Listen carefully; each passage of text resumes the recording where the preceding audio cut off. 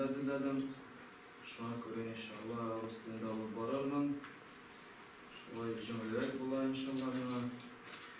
Hadede kenşe'nin диссертациясы Шихабудин Хазратның китабысына деп айтсақ енді он турында, то есть диссертация пишу на тему Мукаддим Вафиятуль Аслав.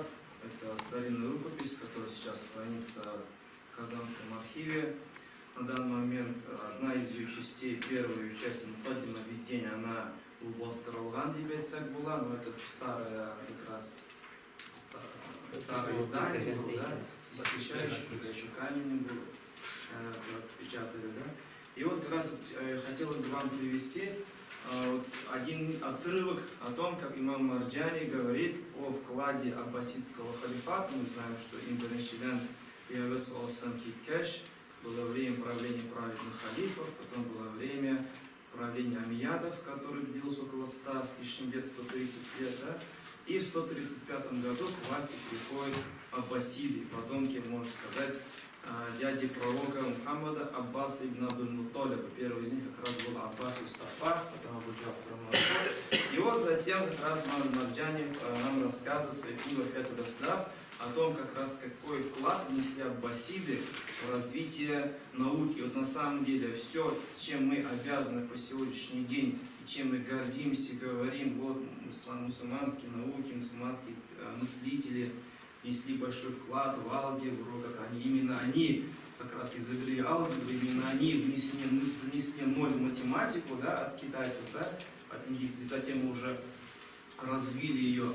Именно всему этому были обязаны как раз именно аббасидам, потому что первый университет в мире был основан, это как раз в 9 веке, можно сказать, в 8 веке, как раз Даруль-Улюм, то есть получается как дом науки, был образован именно в Багдаде во время Харуна Рашида. Во время Харуна Рашида, ну, я уж много говорю, давайте лучше перейдем к самому высказыванию имама Марджани, Шихабудин Хазрата, о том, как он рассказывает, то, какой большой вклад внесли аббасиды в развитие исламских наук и вообще образование и становление государства. И вот первое, с чего он говорит, имам Марджани в своей книге, это о том, что все религиозные, так и светские науки во время аббасидов очень высоко ценились в исламском государстве. Ну, я не стал переводить арабскую версию этой книги, вот я сразу же ее перевел на русский язык. И вот он говорит о том, что как светские, так и религиозные науки высоко ценились в аббасидском государстве. И более того, можно было сказать, что они достигли своего совершенства. Ведь в их время были установлены общепринятые термины, были классифицированы науки. Ученые в исламском государстве обладали неоспоримым авторитетом. Почему? Потому что как халифы, как, допустим, у нас был Абу Джафар Мансур, он был одним из тех, кто вошел в историю как передатчик хадисов, который передал от своего прадедушки Аббаса ибн Абдуль-Мутталиба несколько хадисов пророка, так же, как и его внук Харун ар-Рашид, да, сына Мухаммада. Вот, они, конечно, отличались тем, что они были людьми науками, и поэтому они разбирались и могли отличить ученого-специалиста от самозванца. И поэтому они как раз, вот, соединяя все это, они как раз и организовали первый университет во всем мире. Тогда, когда, если в Европе был в XI веке только был первый университет, то в исламском мире первый университет был открыт в VIII веке. А уже в IX веке был открыт как раз университет Аль-Азгар, да, которому уже больше 1000 лет. Так вот, как раз и Шихаб Хазрат говорит, обращая внимание, что аббасидский халиф Аль-Ма'мун, как раз сын Харуна Рашида, и его министр Фадл ибн Сахль, очень, как в качестве примера, говорит, что они очень щедро наградили одного из специалистов арабской литературы, только лишь за то, что он смог установить одно из правил арабского языка, которое по сегодняшний день у нас используется и применяется в жизни. Да, и наградили его 800, то есть суммой в размере 80 тысяч дирхамов. То есть это баснословно большая сумма, которую вряд ли на сегодняшний день у нас были такое, могли бы даже представить себе. Да, если перевести на сегодняшнюю валюту, это, конечно, это больше десятки миллионов рублей. Да. Также, и как следующий пример приводит Шихаб Хазрат, это другой аббасидский халиф, это Васик Билля, это уже внук Мамуна, который наградил 30 тысяч дирхамов Бакр ибн Мухаммад ибн Усман ибн Мази за то, что он смог сделать лишь играб одного из сложных как раз стихов до исламского периода. И также можем в качестве примера привести это юбитского правителя Иса ибн Бакр, который в качестве вознаграждения давал тому, кто выучит одну из больших основ ханафитского мазхаба книгу Аль-Джами Аль-Кабир, 100 монет золотых и 50, кто выучит как раз Джами Сагир, и также кто выучит Муфассаль 100 динаров. Да? И также вот, это вот как раз его, который высказывание приводил, и вот после Шихаб Хазрат вообще, в общем, обобщая, выходя уже за пределы аббасидского как раз халифата, уже начинает говорить о том вкладе, который вносили, это у нас сельджуки, османы, он приводит в пример, конечно, это мадрасы, которые были, получили свою популярность. Это мадраса Низамия, который основал Низам аль-Мульк с правителем Малик Шахом. Да? Это, конечно, мадраса Абу Ханифы, Машхад Абу Ханифа. Это, конечно, и мадраса Мустансирия.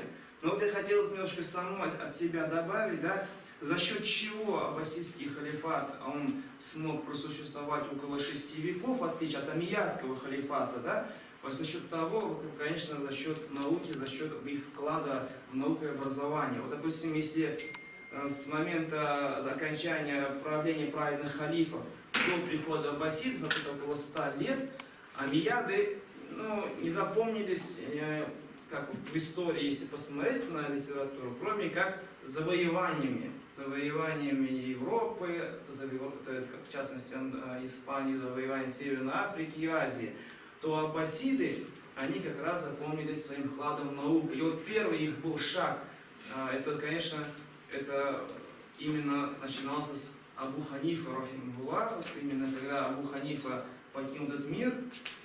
В этот момент Абу Джафар Мансур, он, если так правильно будет сказать, или этично будет сказать, он воспользовался этим и возглавил похоронную молитву за Абу Ханифу и к себе вызвал всех его учеников и повелел, чтобы его ученик Абу Юсуф Аль-Кади стал самым главным казим кудат во всем государстве, чтобы ханафитский мазхаб был везде установлен. И, конечно же, что он повелел его другому ученику Мухаммаду ибн Хасан Шайбани, чтобы тот письменно произошла фиксация первой правовой школы в истории ислама. Это как раз было в 150 году. И во многом благодаря этому по сегодняшний день у нас, вот, альхамдулиллах, то есть ханафитский мазхаб, большинство мусульман как раз живут согласно вот этой правовой школы. А иначе, возможно, бы оно так большого распространения не получило бы, если бы не было государственной поддержки. Например, можно привести пример, что вот другие были школы, да, школа имама Аузай, была школа имама Суфьяна Саури, была школа Лейс ибн Саада, но от них ничего не осталось, потому что они не нашли своей поддержки от государства. Да? Вот. И возвращаемся к словам имама Марджани. И вот я покажу как раз остатки, можно сказать, реставрированные, конечно же, да, того мадраса Низамия, мадраса Мустансирия, который построил предпоследний аббасидский халифа, багдадский халифа, это у нас Аль-Мустансир Аль-Билля. Так вот, Шихаб Хазрат рассказывает, говоря следующее, вот вы будете одновременно смотреть и меня слушать как радио, да, вот так.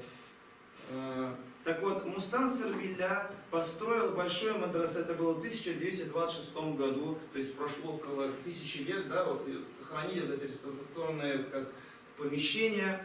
Он построил большой мадраса, подобному которого не было во всем мире, об этом Шихаб Хазрат, и заполнил ее книгами по различным сферам наук, так же, как установил достойные платы учителям, обеспечил студентов зимней, летней одеждой, так же, как обеспечил питанием мяса, хлеба, сладостей, фруктов.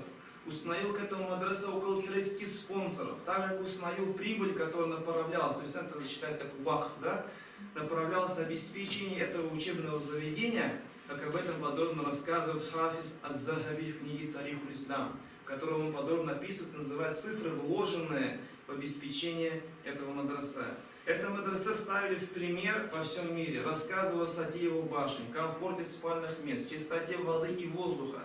Большое количество студентов стремились поступать в это учебное заведение.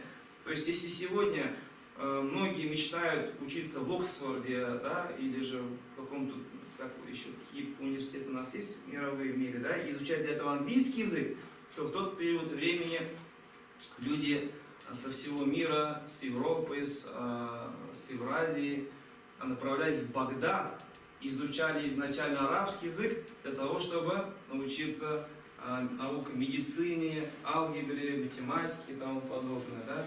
И вот далее он рассказывает, что большое количество студентов стремились поступить в это учебное заведение. Студенты проводили большое количество времени в постижении наук и ее развитии.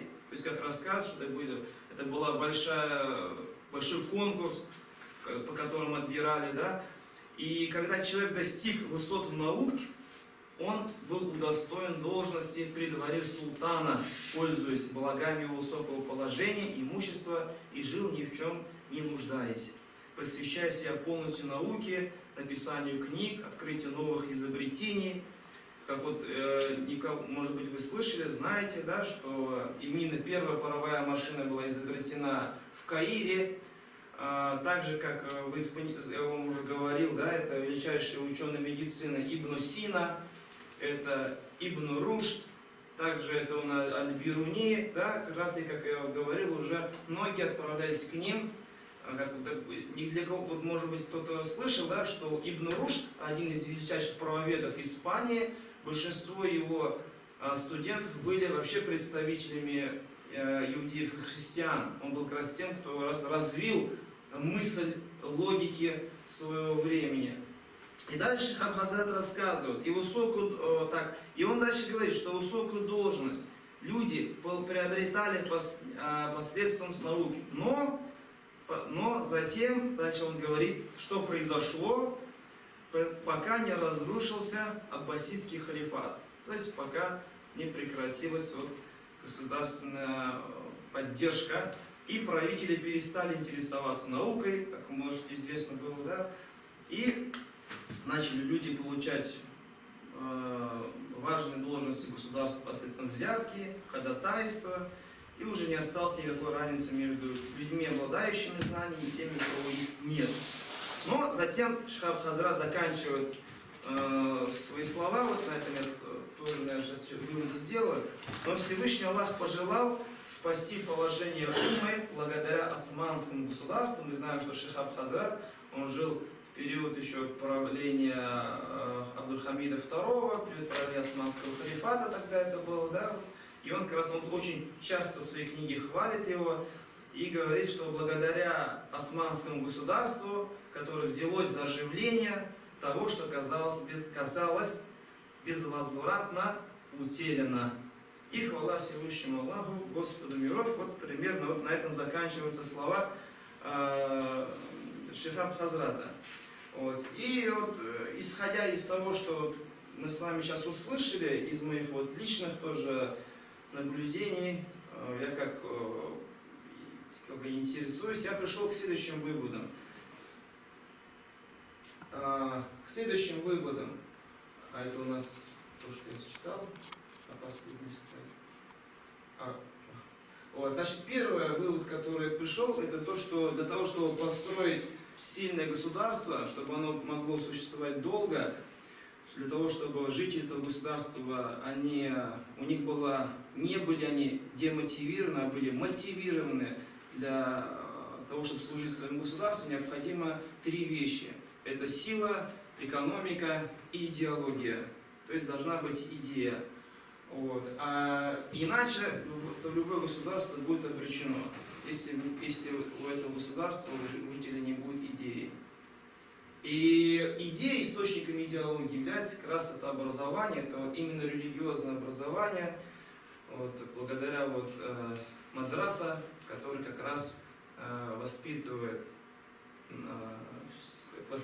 студентов именно как раз на любви к своей идентичности, можно сказать, религиозной идентичности, национальной идентичности, да, благодаря этому можно как раз воспитать вот людей, у которых будет идея, люди, которые готовы служить своей религии, своей нации, своей родине, даже и безвозмездно, да, которые готовы, как говорят, работать сверхурочно, можно так сказать, как это мы с вами, как говорю, видели. К примеру, я говорил про мадраса Мустансырия.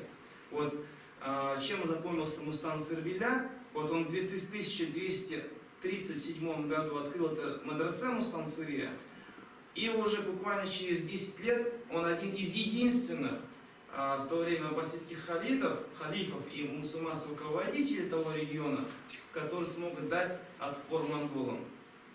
Он это удержал, благодаря тому, что была проведена большая как раз работа, были большие вложения по образованию и по идеологии тех как раз жителей своего аббасидского государства, которое у него было. Он смог сохранить, как раз, что можно даже еще тут немножко как вишенку на торт поставить, да, то, что как раз Мустансыр Билля, он еще, возможно, его мамой была как раз представительница тюрков.